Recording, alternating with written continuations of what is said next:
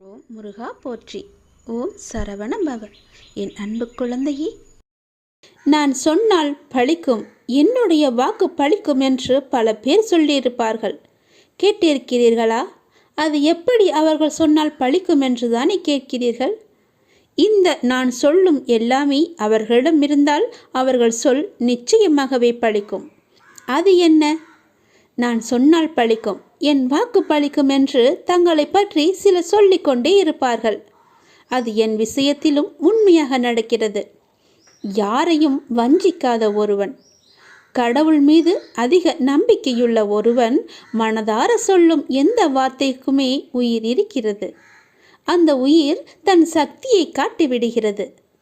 ஆத்திரத்தில் சொல்லும் வார்த்தைகள் மட்டுமின்றி இயற்கையாக வந்து விழும் வார்த்தைகளுமே பழுத்து விடுகின்றன. எல்லாவற்றிற்கும் காரணம் தெய்வ, அதாவது குரு நம்பிக்கைதான் காரணம்.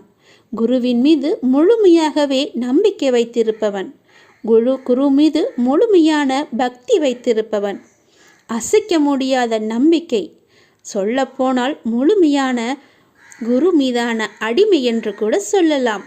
அவர்கள் சொல்லும் வார்த்தைகள்தான் பழிக்கும்.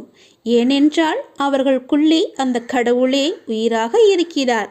அவர்களுக்குள் இருந்து சொல்லும் வார்த்தைகள் எல்லாமே கடவுளுடைய சொல்.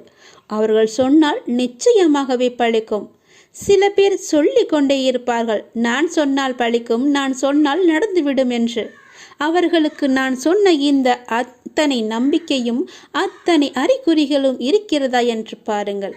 சில பேர் ஏமாற்று பேர் வழிகளாக கூட இருக்கலாம். அவர்களை நம்பக்கூடாது. நிச்சயம் நடக்கும்.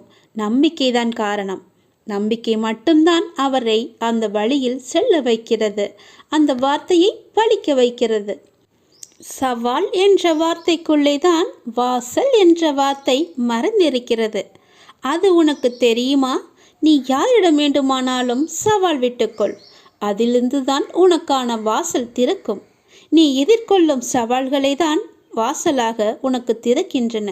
உன்னுடைய எதிர்காலத்தின் வாசல் அங்குதான் இருக்கிறது. தைரியமாக செல். உனக்கான வாசல் எப்பொழுதும் திறந்தே நான் வைத்திருக்கிறேன். நீ எப்போது வேண்டுமானாலும் அதற்குள்ளே நீ வரலாம். உனக்காக நான் அங்கு காத்து கொண்டிருக்கிறேன்.